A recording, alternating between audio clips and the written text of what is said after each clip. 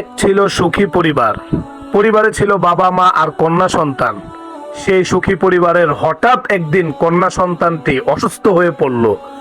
বাবা মা অসুস্থ কন্যা সন্তানকে বিভিন্ন ডাক্তার, কবিরাজ আর হুজুরদের দিয়ে চিকিৎসা করাতে লাগলো, কিন্তু কোনোভাবেই সুস্থ হচ্ছিল না।